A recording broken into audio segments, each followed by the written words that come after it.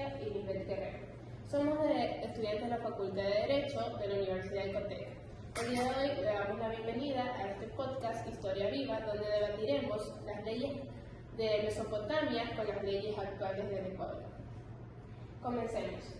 Lisbeth, ¿puedes describir la estructura sociopolítica y el sistema legal de Mesopotamia? Claro, como lo habías mencionado, la sociopolítica de Mesopotamia fue la cuna, si lo podemos decir así, de las primeras culturas y ciudades o estados, con un sistema jerárquico liderado por reyes y sacerdotes. El código Hammurabi, si se puede decir que en sus primeras leyes, vemos que se refería al ojo por ojo, ¿cierto? Pero basado en el ojo por ojo, los sacerdotes o reyes que gobernaban eran muy severos con estas normas, pero más llamados castigos, si no me equivoco. En la parte del código Hammurabi, que podemos decir que este fue el principio de las leyes, si se podría llamar así, de Mesopotamia, aunque sí eran leyes, porque tengo entendido que estaban escritas en el centro de su civilización, de sus pueblos, estaban escritas en una tablita donde ya estaban regidas como nosotros tenemos hoy en día nuestra constitución, nuestro código. Aparte de ese código, también existe el código de Unamun, si no me equivoco, pero ese se basaba más en lo que era la reparación de lo económico, si no me equivoco. Ya, el código Hammurabi muestra una justicia basada en retribución, donde cada delito tenía su castigo. Continuemos con cómo se describe la estructura social y el sistema legal de Ecuador. Claro, Ecuador tiene un sistema democrático y plurinacional basado en la Constitución del 2008, que reconoce la validez de los derechos colectivos de los pueblos indígenas, en el cual podemos ver que este mismo está reflejado en el artículo 1 del Ecuador y 171, en el cual hablamos de justicia indígena, específicamente el 171. Esto significa que el Estado acepta y reconoce la diversidad cultural, jurídica, integrada por formas ancestrales dentro del marco nacional. ¿Y cuál es la importancia del reconocimiento constitucional de estos pueblos indígenas aquí en Ecuador? Es crucial para representar la autonomía y la cultura de los pueblos originales de nosotros, los orígenes de nosotros. Nosotros podemos decir nuestros indígenas, pero al momento de hablar de nuestros indígenas, estamos hablando de nuestro pasado, de quienes cuidan y protegen y siguen demostrándole aquí en Ecuador y al mundo que nosotros tenemos unas raíces indígenas.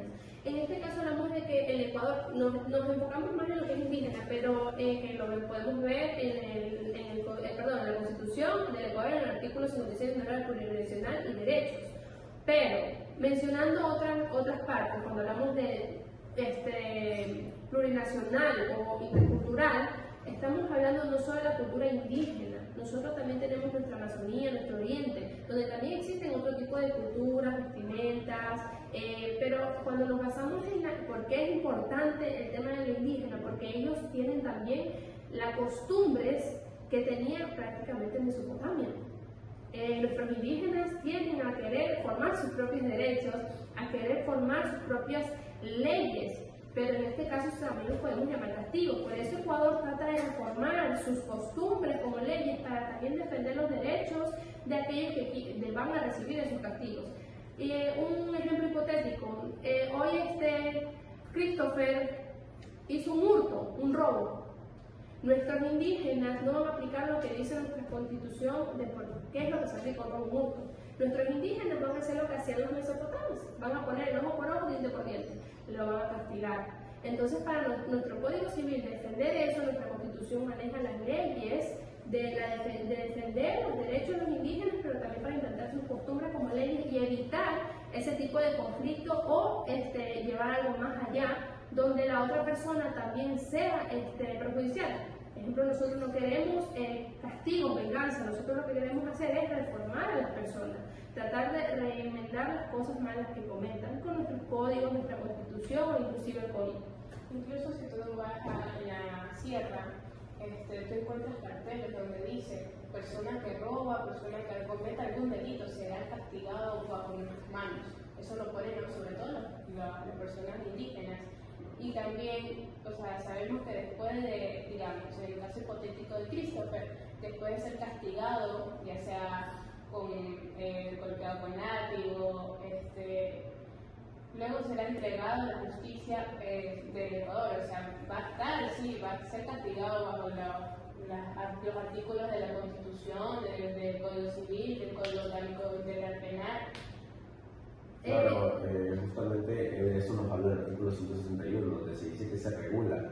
Por eso, de esta forma, las personas o grupos indígenas tienen la potestad de castigar con sus derechos, pero ahí mismo nos habla de que ellos deben entregarlo al órgano público para que sea también juzgado por nuestras leyes.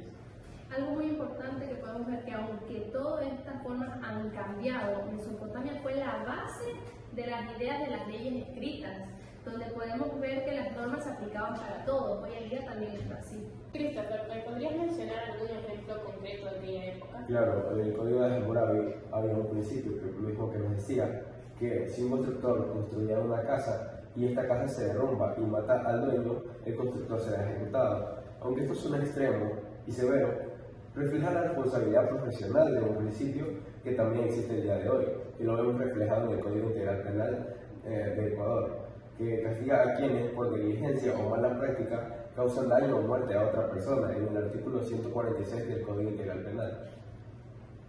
O sea, podemos decir de ejemplo, hoy en día un ingeniero civil construye un muro aquí en la discoteca, ese muro se cae, la ley le caería el peso directamente al ingeniero civil. Entonces, son leyes, el Código Hammurabi tenía mucho eco, el Código Hammurabi ha dejado hoy en día en nuestros códigos ecuatorianos, si se podría decir así.